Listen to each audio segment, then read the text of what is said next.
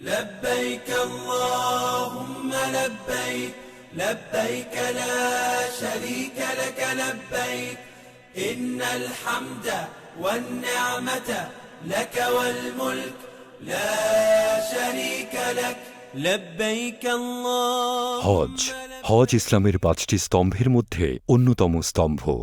আর্থিক, শারীরিক ও মানসিকভাবে সুস্থ ব্যক্তি যে নিজ দেশ থেকে পবিত্র নগরী মক্কা পর্যন্ত যাতায়াত করতে সক্ষম এবং হজ থেকে ফিরে আসা পর্যন্ত আপন পরিবারের আবশ্যকীয় ব্যয় বহন করতে পারবে, এরকম মুসলমানের উপর জীবনে একবার হজ পালন করা ফরজ। হজ 3 প্রকার: ইফরাদ, তামাত্তু, কিরান। বাংলাদেশের হাজিগণ সাধারণত তামাত্তু হজ পালন করেন। বাংলাদেশ থেকে আপনি 2 ভাবে হজে যেতে পারবেন: 1 সরকারি মাধ্যমে, 2 বেসরকারি মাধ্যম অর্থাৎ সরকার অনুমোদিত এজেন্সির মাধ্যমে। হজ বিষয়ে যাবতীয় তথ্যের জন্য হজ পোর্টাল www.hoj.gov.bd ভিজিট করুন অথবা সরাসরি ফোন করতে পারেন এই হটলাইন নাম্বারটিতে। হজের নিবন্ধন সহ সকল সেবা একত্রে পেতে আপনার মোবাইলে প্লে স্টোর হতে হজ বিডি মোবাইল অ্যাপটি ডাউনলোড করে নিন। হজের নিয়ম কানুন, মাসালা মাসাইল জানতে ধর্ম বিষয়ক মন্ত্রণালয় হতে প্রকাশিত হজ ও উমরা সহায়িকা পুস্তিকাটি পড়ুন।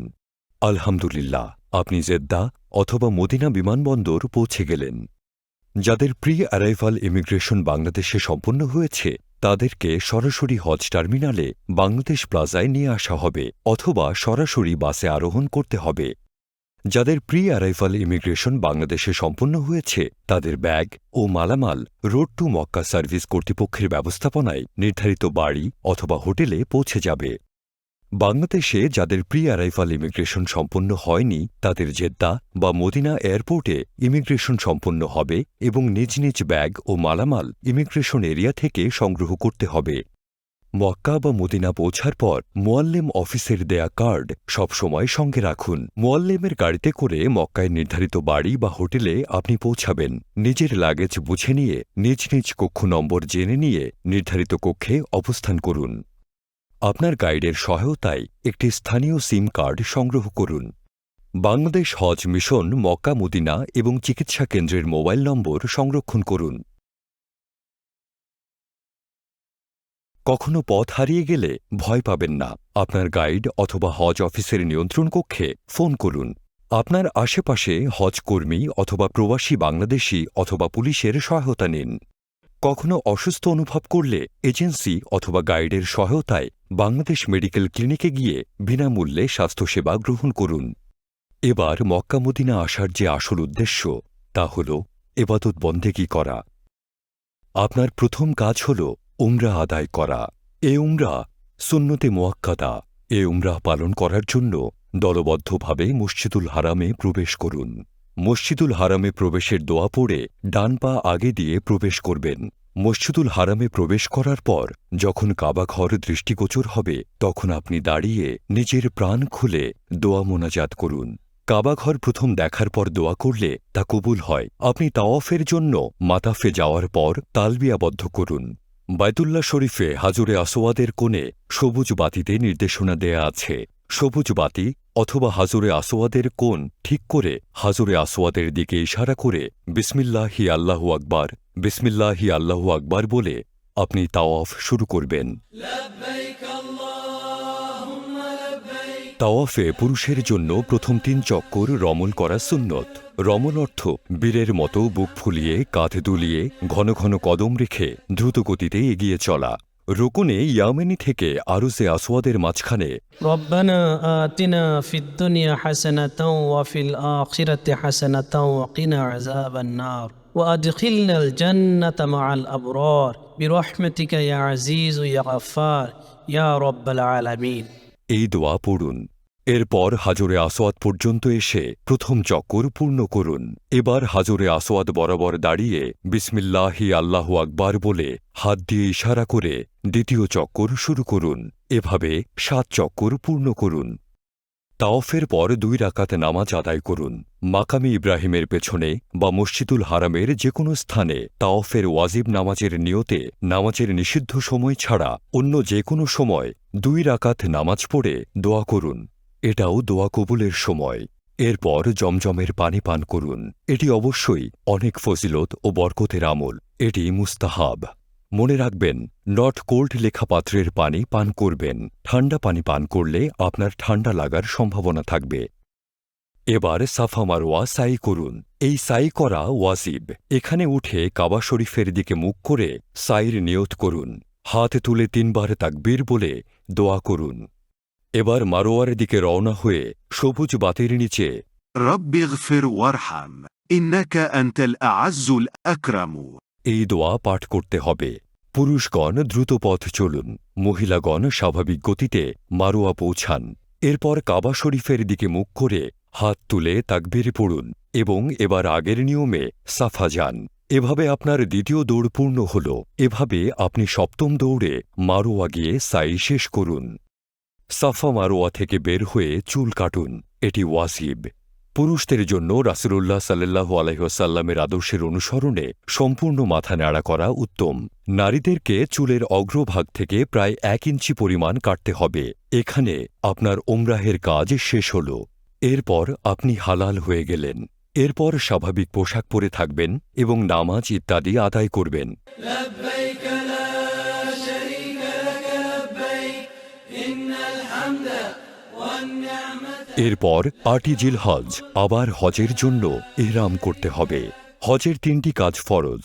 1 ইহরাম করা, 2 আরাফা অবস্থান করা, 3 তাওয়াফে জিয়ারা বা ফরজ তাওয়াফ।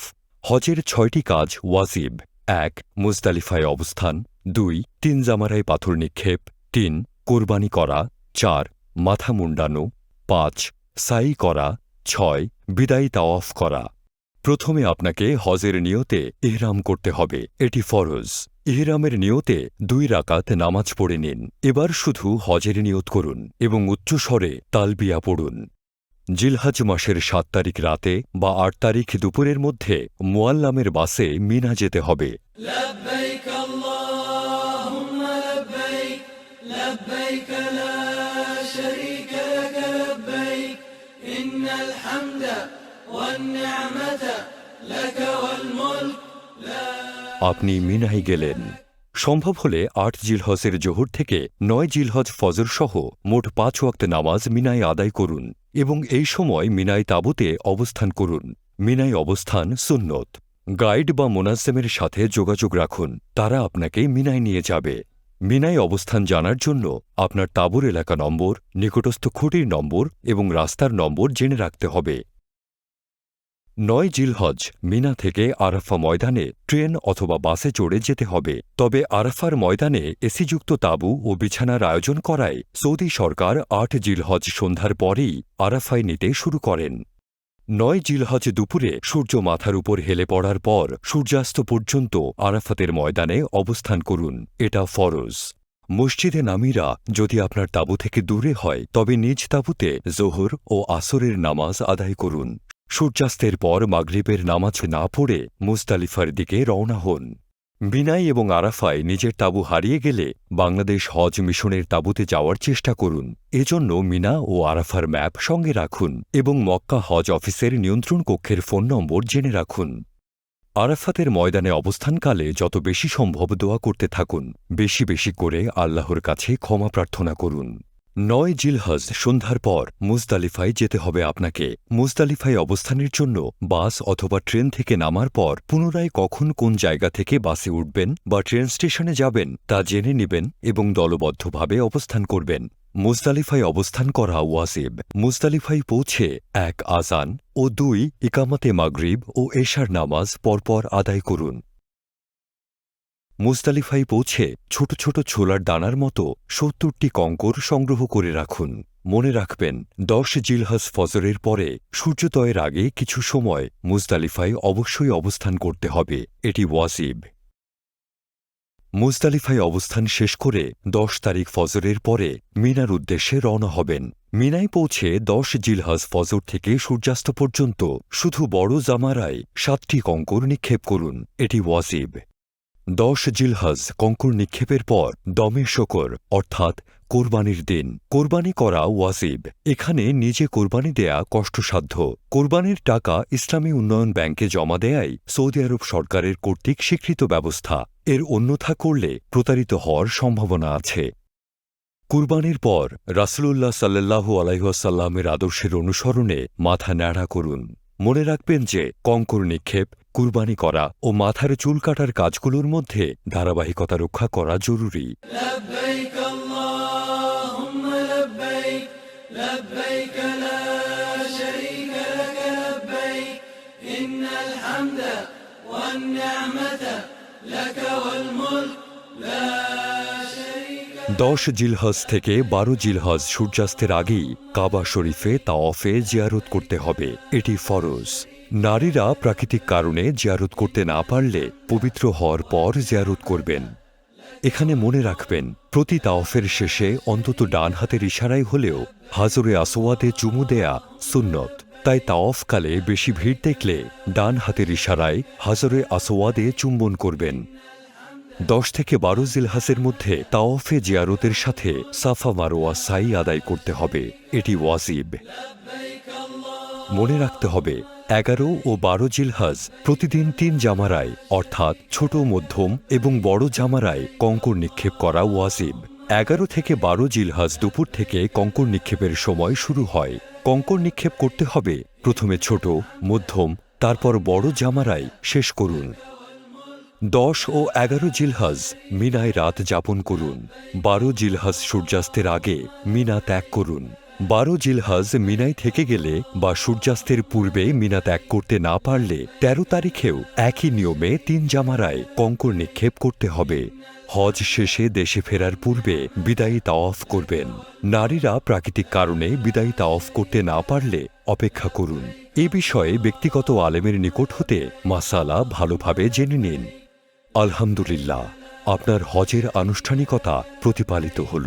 إن الحمد والنعمة لك والملك لا شريك لك হজের আগে আপনি মদিনায় গিয়ে থাকলে জেদ্দা বিমানবন্দর হয়ে আপনি দেশে ফেরার প্রস্তুতি নিন। আর হজের আগে মদিনা না গিয়ে থাকলে এবার আপনি মদিনায় আসবেন। এজন্য আপনার সকল মালামাল গুছিয়ে নিয়ে রওনা হন। মুয়াল্লেমের গাড়ি আপনাকে মদিনা নিয়ে যাবে। মদিনায় পৌঁছে আদবের সাথে বাবুস সালাম গেট দিয়ে প্রবেশ করুন। রাসূলুল্লাহ সাল্লাল্লাহু আলাইহি ওয়াসাল্লামের রওজা পাকের সামনে দাঁড়িয়ে বিনয় ও আদবের সাথে সালাতুল সালাম পেশ করুন।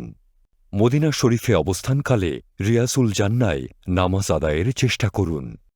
সুযোগ মতো জান্নাতুল বাকিতে জিয়ারত করুন।